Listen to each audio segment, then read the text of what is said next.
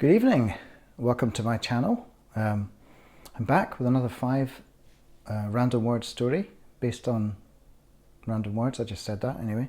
I actually recorded this one a minute ago and did it rather well. I made only 3 or 4 mistakes, and then I discovered I hadn't recorded anything. So this is the second read through. Hopefully this will be better than the first. Anyway, the 5 random words I've chosen for this video are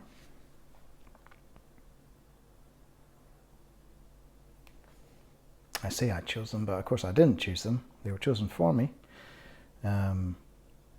Anyway, and the story is called Dreadful Miracles. A thud and skitter to Xavier's left told him he'd come about as far as it was safe to tread. Mount Yasur was spitting out occasional lumps of hard basalt as gas geysers burst through the scree slopes surrounding the caldera. A spinning, smoking boulder the size of a bathtub had just exploded less than 100 yards away.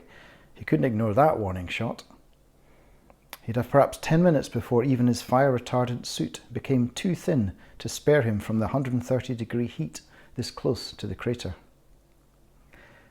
As he tried to right the tripod with its built-in spirit levels, Xavier wished he could mop the sweat from his brow, which was already soaking through his bushy, greying eyebrows and was now stinging his sleep-deprived eyes. This was going to be a tough assignment, and Xavier was only on his 7th volcano. The Tashian people had insisted on him bagging at least 100 of the 1,500 plus active volcanoes on Earth. His contracts were more brutal since he'd parted company with Marie and all the value she would have contributed. His ex-wife had written the powerful short essays that accompanied their best-selling Deep Places and Forgotten Forests books, to name but 2.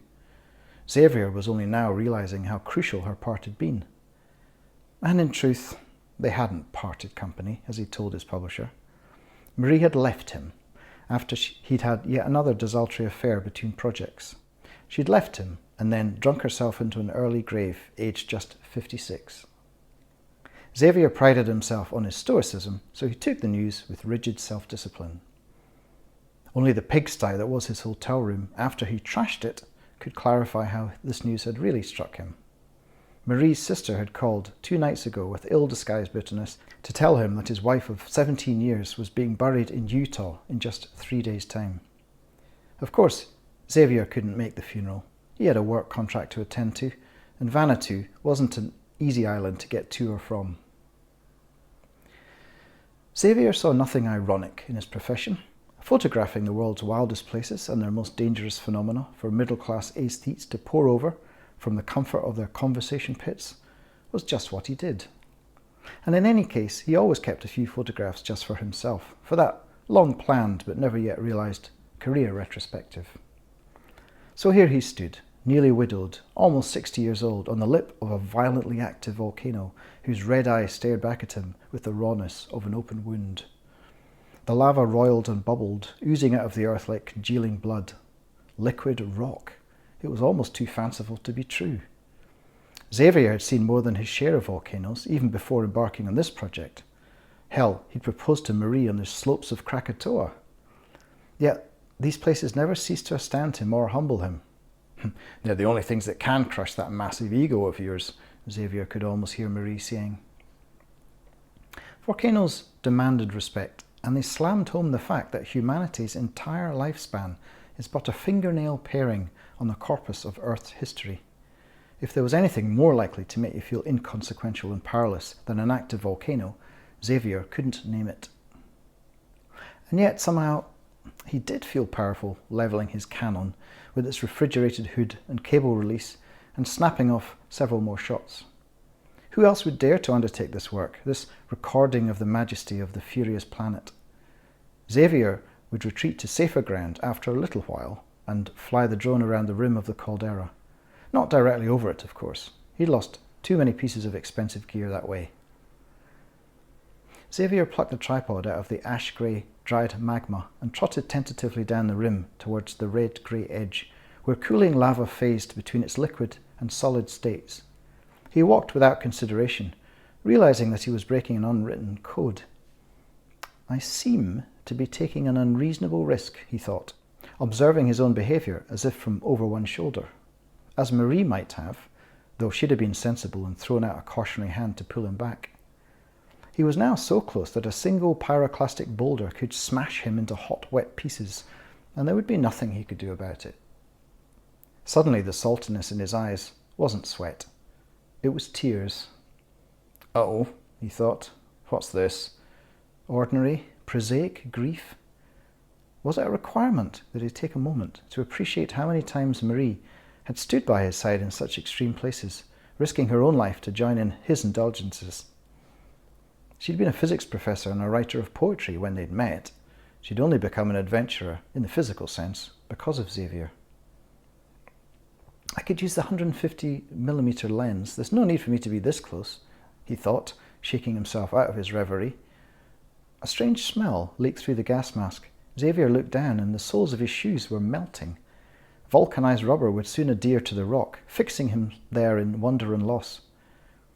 Xavier took a few steps back until the rocks beneath his feet turned grey-black again. Strands of rubber stretched like licorice before him. 2 near-perfect liquid rubber footprints told of his foolishness. Maybe I should die here, Xavier thought, forcing his chin up to stare through the suit's polarized visor at the livid crimson eye. For just an instant, the swirling patterns within the lava seemed to coalesce into a face. No, that couldn't be. The heat and the lack of decent oxygen was making him hallucinate.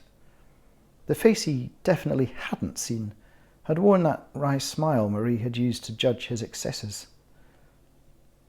I didn't think you cared, he'd once said, when she'd asked if he'd slept with anyone on this trip to Costa Rica. How could he have been so utterly stupid? Xavier directed the lens towards the hellish oval and took 5 more shots, then plucked his camera free and staggered back towards safety. Technically, the safe zone wasn't secured for half an hour, once Xavier had descended to the level of the scrubby bushes where his jeep was parked. His driver, Heitch, was snoozing in the back seat. Xavier had only hired him, so it would be someone to report his death to the folks back home, what few friends remained. He could have driven the ramshackle rust bucket himself. "Hey!" Xavier shouted, approaching. H sat bolt upright as if electrocuted. I guess when you live in a land of volcanoes, Xavier mused, it pays to have your alertness on a hair trigger. H leaped out to help Xavier with his equipment, while the photographer took off his silver spacesuit and toweled himself dry. He stretched out his back and gazed for the last time at Mount Yasur. One day, one of these exceptional places would kill him. He should write the text and dedication tonight and send it to his editor, just in case. To Marie, you deserved security, but all I gave you were dreadful miracles.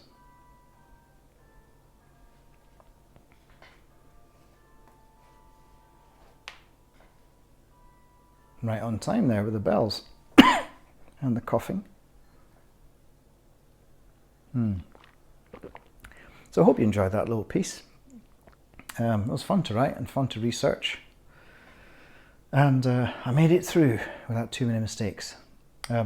So yes, if you enjoyed that, I would heartily encourage you to share it, like it, make a nice comment, or simply subscribe if you're not a subscriber, and there will be more stories. And in fact, tomorrow I've got a little surprise, hopefully, if it comes off.